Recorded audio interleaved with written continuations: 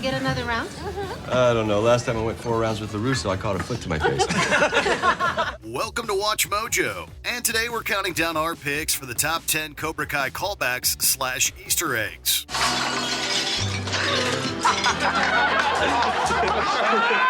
Hey, watch it. I'm wearing white here. You think I want that all over me? For this list, we'll be looking at references and little details from the first 3 seasons of the sequel series to the Karate Kid franchise. Did you catch any deep cut references in Cobra Kai? Let us know in the comments. Number 10, skeleton costumes. Well, I can't let you go out like that. We have a reputation to uphold. What do you suggest? In addition to karate, Miguel has repeatedly turned to his sensei for wardrobe advice. At an 80s party, Miguel breaks out Johnny's red leather jacket from the original Karate Kid.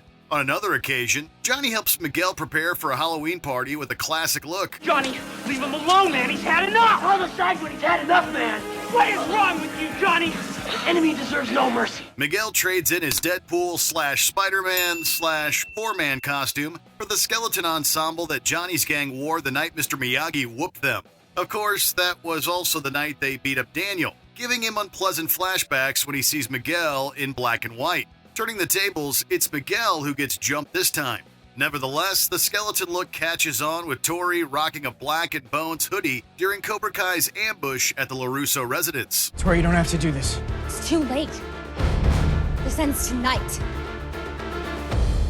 No mercy! Number 9, Kreese's iconic lines. You don't show.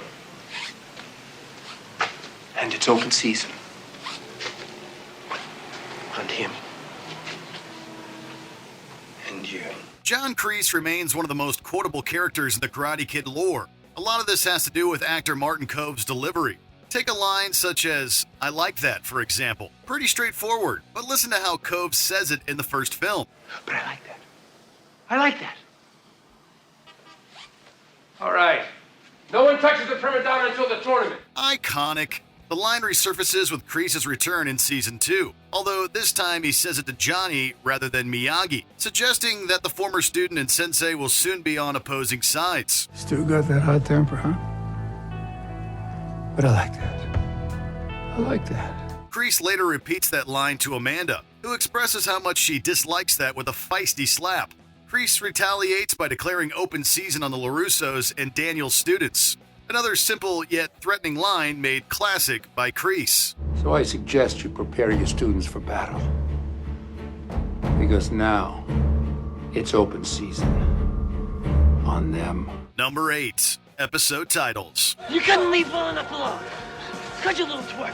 No, you had to push it. Well, now you're gonna pay. Speaking of familiar lines, many quotes from the Karate Kid trilogy have inspired episode titles. Some only hardcore fans will immediately recognize. The pilot is entitled Ace Degenerate, which Johnny was once described as. Johnny, who you kidding? You're silly ace degenerate. No, ex-degenerate, man. In that same scene, Johnny is instructed to take a right, the title of another episode. Johnny once told Daniel, "Now you're gonna pay," which is used for an episode where Daniel and Johnny are desperate for money. The title, Cobra Kai Never Dies, stems from Terry Silver in Karate Kid Part 3. Cobra Kai Never dies. bet your ass. The Moment of Truth isn't just an episode title, but the Survivor song synonymous with the franchise. The Season 3 finale, December 19, also alludes to the date that Daniel first fought in the All Valley Karate Tournament.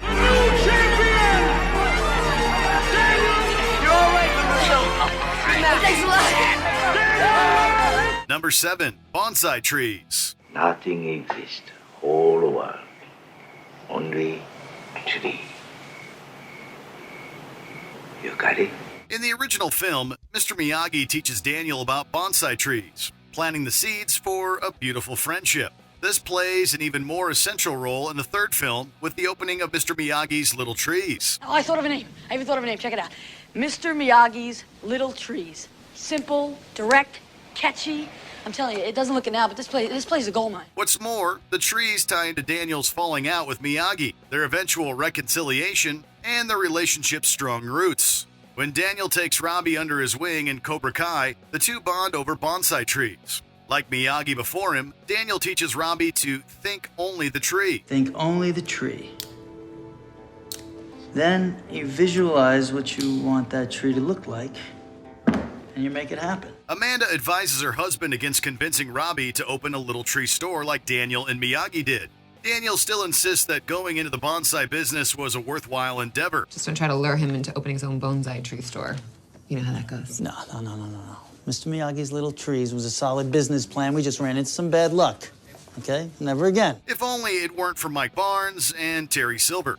Number 6, nose honk finisher.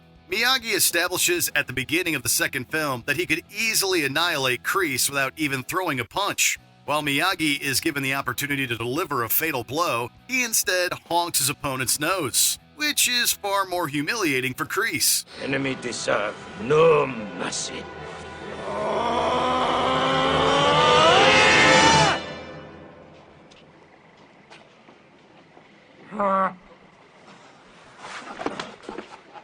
Daniel finds himself in a similar situation during his climactic fight against Chosen, following his master's peaceful example. Live or die, man. Die. Wrong. Having a rematch decades later, Chosen gains the upper hand. Thankfully, Chosen is far less murdery than he was during the Anything Goes 80s. I've waited a long time for this. Chosen. No.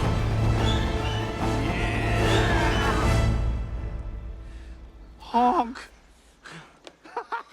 To Daniel's surprise, Chosen has also mastered the art of nose squeezing. Daniel learns a fair deal from Chosen during his return to Japan, but Daniel taught his former enemy the meaning of mercy. Number 5, training methods. Show me wax on, wax off. That!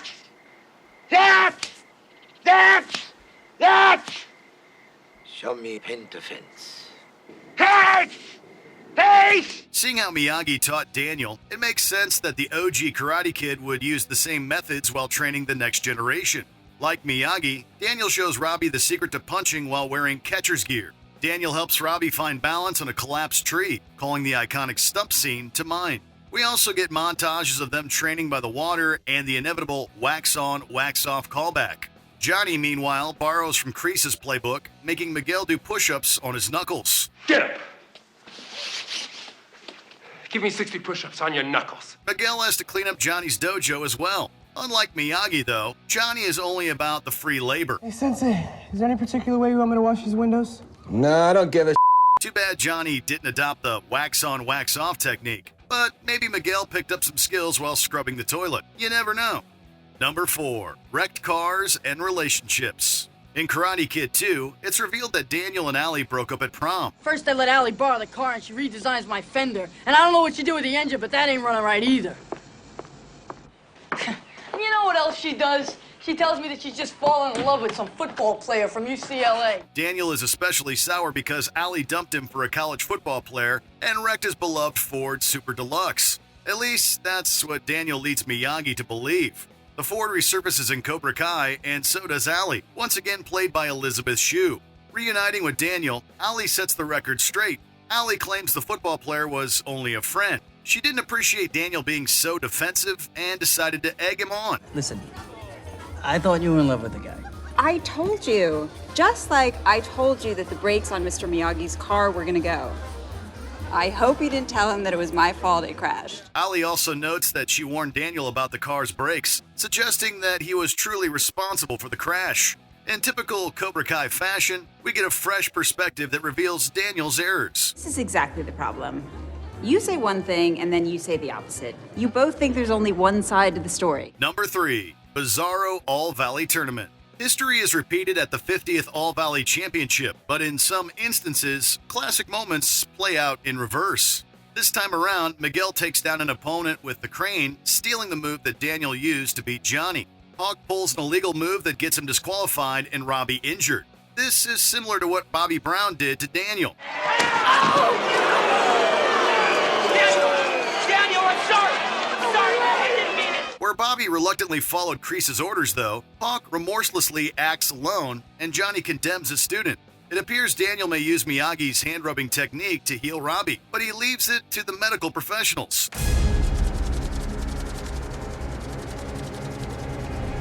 Medic! Although Robbie returns to face Miguel, it's Cobra Kai that emerges victorious this time. It's like a reflection of the original, but the mirror is turned upside down. Without further ado, let me present the trophy to this year's new champion, Miguel Diaz and the Cobra Kai Dojo! Number 2. So, is the cartoon canon?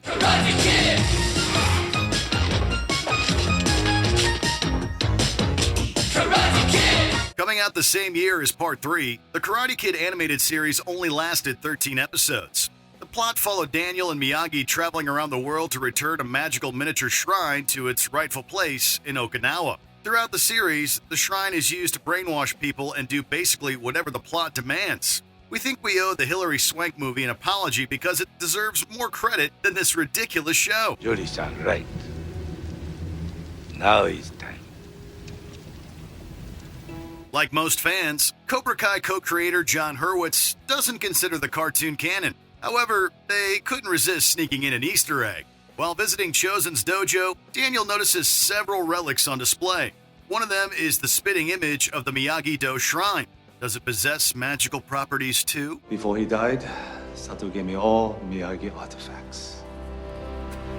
William, this is not for you. Before we unveil our top pick, here are a few honorable mentions. Blueberry Pie. A deleted scene gets its due. Don't even think of it, Worm.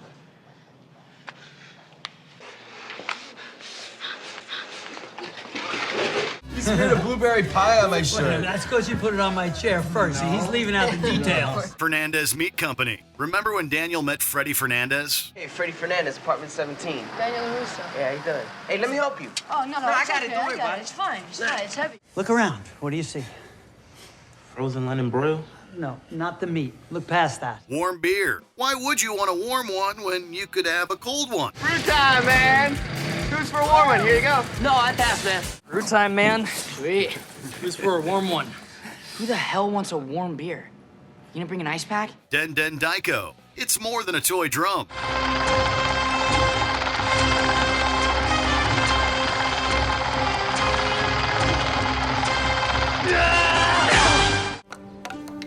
Careful. That drum saved my life. Sorry, I didn't mean to touch it. Ice blocks. Miyagi-Do brings the ice, but Cobra Kai brings the fire.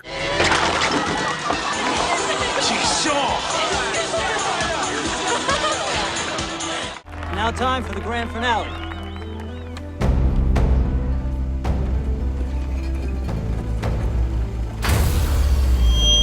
Before we continue, be sure to subscribe to our channel and ring the bell to get notified about our latest videos. You have the option to be notified for occasional videos or all of them. If you're on your phone, make sure you go into your settings and switch on notifications. Number 1. Get him a body bag. Oh, you see they already got me a priest. I'm a pastor, Tommy. But if you want to confess about that $50 you still owe me, the big guy's listening. Actor Rob Garrison is best known for his performance as Tommy in the original Karate Kid. While Tommy has a few memorable quotes, nothing stacks up against... So you okay? Can you go on? Get him a body bag! Yeah! Garrison actually dubbed this unscripted line after shooting, and director John Avildsen knew it would be a classic. Although the line is darkly comedic, it takes on a tragic irony after watching Cobra Kai. Johnny reunites with his old buddies as Tommy is dying from an illness. After spending the day reminiscing, Tommy passes away in his sleep. Tommy is last seen in a body bag before it's zipped up. This twist is only made sadder knowing that Garrison passed away in September 2019, 5 months after this episode was released. It was his last acting role. You still got one thing that's more important than anything, Johnny. What's that? Time. Do you agree with our picks? Check out this other recent clip from WatchMojo. And be sure to subscribe and ring the bell to be notified about our latest videos.